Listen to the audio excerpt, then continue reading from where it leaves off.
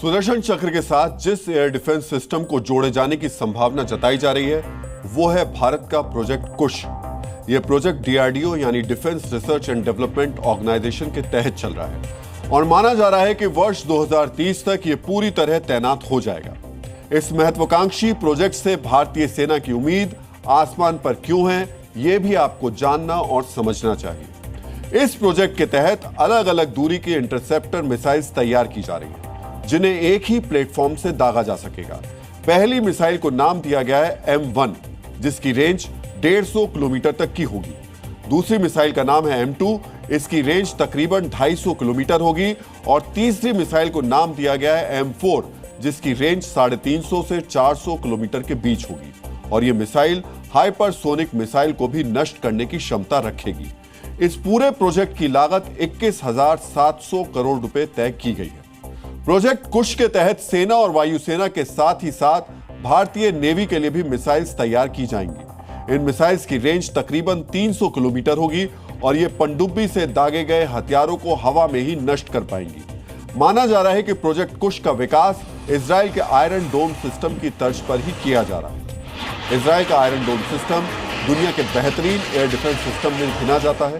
इस सिस्टम को पहली बार 2011 में तैनात किया गया था, लेकिन गाजा में इजराइल हमास युद्ध के दौरान इस सिस्टम ने अपना दमखम साबित कर दिखाया। हिजबुल्ला, हमास, हूती आतंकवादियों और ईरान से दागे गए मिसाइल और ड्रोन से इजराइल के आयरन डोम ने ही मुकाबला किया।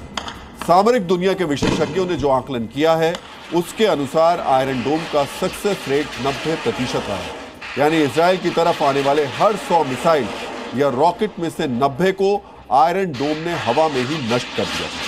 आयरन डोम डिफेंस सिस्टम भी एक मल्टी लेयर डिफेंस सिस्टम है, यानी यह सिस्टम कई किस्म के खतरों से एक साथ निपट सकता है। अब हम आपको आयरन डोम की खासियत बताने जा रहे हैं। आप चाहें तो इस जानकारी को नोट भी कर सकते हैं। आयरन डोम 2 किस्म के रॉकेट इस्तेमाल करता है। पहला है शॉर्ट रेंज रॉकेट जिसकी रेंज 4 से लेकर 70 किलोमीटर के बीच है। इन रॉकेट्स का इस्तेमाल हमास और हिजबुल्ला के रॉकेट और ड्रोन्स को गिराने के लिए किया गया था।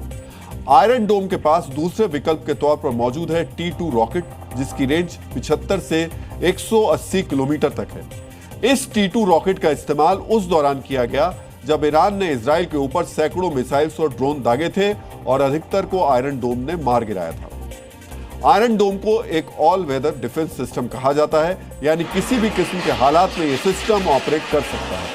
अगर जरूरत पड़े तो आयरन डोम के लॉन्चर्स को एक जगह से दूसरी जगह ले जाया जा सकता है। इसी वजह से भारत ने अपने कुश प्रोजेक्ट के लिए आयरन डोम जैसी तकनीक को चुना है ताकि भविष्य में ड्रोन और मिसाइलों के खतरों से निपटा जा सके और जैसी संभावना जताई जा रही है कि सुदर्शन चक्र से भी इसका एकीकरण किया जा सके, क्योंकि आने वाले युद्धों में ड्रोन हमलों की तादाद बढ़ती ही जाएगी। जी न्यूज़।